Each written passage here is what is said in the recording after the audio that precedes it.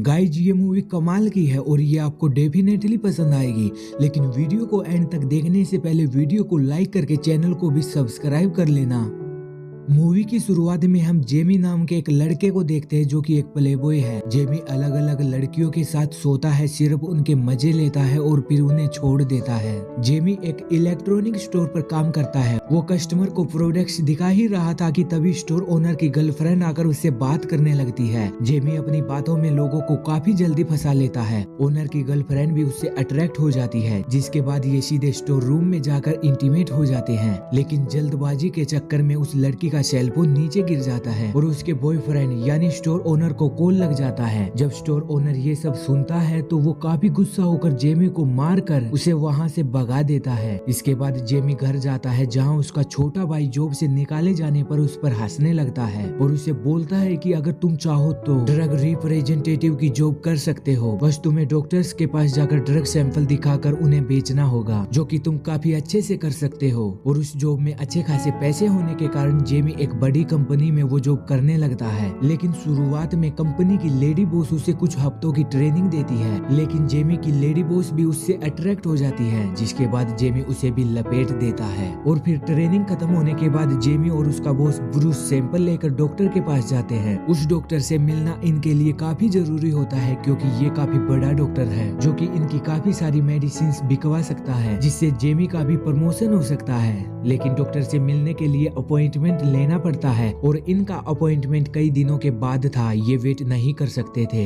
इसलिए Jamie reception lady को पटाकर doctor के केबिन में अपने सैंपल रख आता है और वहाँ पहले से ही रखे सैंपल्स को कचरे के डिब्बे में फेंक आता है। इसके बाद डॉक्टर जा रहा होता है तो जेमी के दिमाग में एक प्लान था। वो डॉक्टर को रोक कर उसे $1000 देता है और बोलता है कि उनकी कंपनी एक एक्सपेरिमेंट कर रही है। डॉक्टर भी काफी लालची होता है, जिसके बाद वो जेमी की बात सुनने के लिए उसे अपने साथ लेकर जाता है। जेमी जब डॉक्टर के साथ हॉस्पिटल में जाता है तो उसे मैगी नाम की एक पेशेंट मिलती है, जिसे पार्किंसंस रोग होता है, यानी कि उसकी पल्स धीरे धीरे काम करना बंद कर रही थी। इसके साथ मैगी जेमी के सामने ही अपनी ब्रेस्ट दिखाती है, क्योंकि उसकी ब्रेस्ट पर कुछ मार्क्स बन गए थे जिन्हें उन्हें ठीक करवाना होता है। लेकिन यहाँ भी जेमी खुश होकर मैगी के मजे ले रहा होता है। लेकिन कुछ देर बाद जब मैगी बाहर जाती है तो जेमी को अपने बैग से मारने लगती है और बोलती है तुम घटिया इंसान हो, पर जेमी किसी तरह उसे शांत कर ही लेता है। जेमी मैगी का नाम और नंबर भी पूछता है, पर वो बिना बताए वहाँ से चली जाती है। लेकिन जेमी ऐसे मानने वाला नहीं था। वो उसी हॉस्पिटल में काम करने वाली एक लड़की को पटाकर उससे मैगी का नंबर निकलवा लेता है। इसके बाद जेमी मैगी को कॉल करता है तो मैगी समझ जाती है उसने उसका नंबर जुगाड़ लगाकर निकाला होगा। जेमी फोन पर मैगी को कॉफी के लिए पूछता है। मैगी मना करती है, पर उसे पता था जेमी ऐसे मानने वाला नहीं है। वो हाँ करके उसे उसी रेस्टोरेंट में बुला लेती है जहाँ वो काम करती है, जहाँ जेमी और मैगी बातें करते हैं। जेमी मैगी की तारीफ करने लगता है, लेकिन मैगी इन सब फालतू की बातों से बोर हो जाती है और वो बोलती है हम दोनों एक दूसरे को लाइक करते हैं, तो क्यों न टाइम बचाते हुए सीधे मेरे अपार्टमेंट पहुंचकर इंटीमेट हो जाएं। मैगी के मुंह से ये सब सुनकर जेमी को यकीन नहीं होता, लेकिन मैगी सीरियस थी। मैगी कोई भी रिलेशनशिप नहीं रखना चाहती थी, इसलिए वो टाइम वेस्ट न करते हुए सीधे पॉइंट की बात करती है और फिर ये हफ्ते में कई बार मिलने लगते हैं। और एक दिन मैगी जेमी के घर आकर अपने सारे कपड़े निकाल कर न्यूड हो जाती है, लेकिन उसे पता नहीं था कि जेमी का छोटा भाई भी वही है। तो यहाँ काफी फनी सीन देखने को मिलता है, जिसके बाद जेमी और मैगी इंटीमेट होते हैं और काफी इंजॉय भी करते हैं। और फिर अगले दिन ट्रे नाम का एक लड़का आकर जेमी को खूब मारता है, क्योंकि उसे पता चल गया था जेमी उसके हॉस्पिटल में रखे सैंपल्स को कचरे के डिब्बे में फेंक देता था। खैर इसके बाद जेमी मैगी की काफी केयर करने लगता है,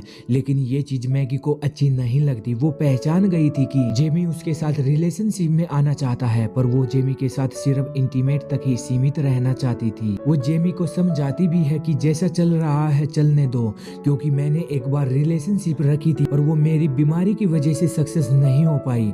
दरअसल अब मैगी को लगता है उसकी बीमारी की वजह से कोई भी उसके साथ खुश नहीं रह पाएगा, और यही बात वो जेमी को भी समझाती है। ये लोग रात को भी काफी टाइम तक बातें करते रहते हैं। तो इसी बीच मैगी बताती है तुम्हारी कंपनी वायगरा नाम की नई मेडिसिन लॉन्च करने वाली है जो कि मेल सेक्सुअल पावर को बढ़ाती है। ये जानकर जेमी अगले ही दिन अपने बॉस ब्रूस से बोलता है वो उनकी वायगरा की सेलिंग के लिए बेस्ट रहेगा। इतना सुनकर ब्रूस वायगरा को बेचने की परमिशन दे देता है। इसके बाद जेमी एक क्लब में जाता है जहां वही डॉक्टर भी होता है। डॉक्टर को पता था जेमी और मैगी साथ है तो वो उसे मैगी से दूर रहने को बोलता है क्योंकि मैगी की कंडीशन और खराब होती चली जाएगी, पर जेमी उसे मैगी को न छोड़ने को बोलता है। इसी के साथ जेमी डॉक्टर को अपनी कंपनी की मेडिसिन लिखने को बोलता है। डॉक्टर ठरकी होता है तो वो जेमी को गर्लफ्रेंड बनवाने को बोलता है। जेमी के पास कोई और रास्ता नहीं था तो वो उसकी गर्लफ्रेंड बनवा देता है। और फिर रात को जेमी मैगी को कॉल करता है पर मैगी अब भी उससे नाराज होती है क्योंकि उसे रिलेशन नहीं रखना था और जेमी रिलेशन रखना चाहता था। वो कॉल कट कर देती है और अगले ही दिन वो 2-3 दिन के लिए कुछ बूढ़े लोगों को दूसरे हॉस्पिटल ले जाती है। पर इधर मैगी के बिना जेमी का बुरा हाल हो जाता है और जब मैगी वापस आती है तो जेमी को देखकर उसके साथ रिलेशन में रहने के लिए तैयार हो जाती है। इसके बाद ये दोनों इंटीमेट हो जाते हैं और अच्छे से रहने लगते हैं। एक तरफ जेमी उसे मिली हुई वायगरा काफी मात्रा में बेचकर टॉप का सेल्समैन बन जाता है। जेमी काफी खुश था लेकिन एक दिन मैगी की तबीयत खराब हो जाती है क्योंकि जो ड्रग वो ले रही थी वो खत्म हो जाती है। ड्रग जल्दी से अवेलेबल नहीं हो सकती थी इसलिए कई बार उसके हाथ पैर कपकपाने लगते हैं। ये देखकर जेमी मैगी को ज्यादातर अपने साथ ही रखने लगता है और एक दिन जेमी की कंपनी में कॉन्फ्रेंस थी तो जेमी मैगी को साथ ही लेकर चला जाता है जहां मैगी को एक औरत मिलती है जिसे भी वैसी ही बीमारी थी और वो मैगी को अपने एक स्पेशल ग्रुप में लेकर जाती है जहां पर ऐसी ही गंभीर बीमारियों वाले लोग थे।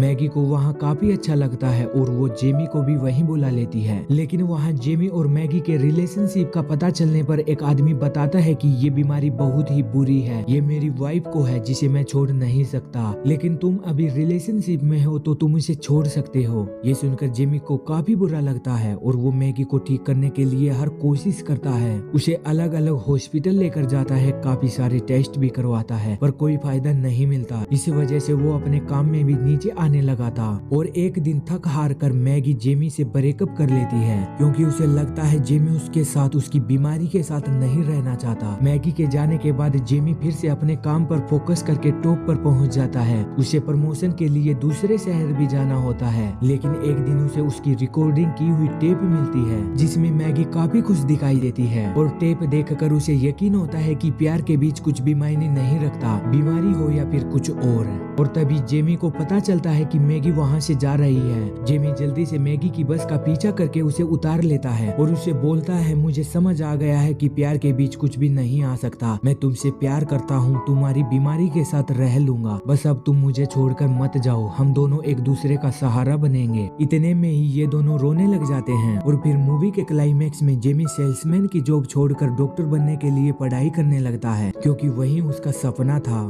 गाइज अब वीडियो को लाइक करके चैनल को सब्सक्राइब कर लेना। मिलेंगे जल्दी ही अगली वीडियो में, तब तक अपना ख्याल रखना, बाय बाय।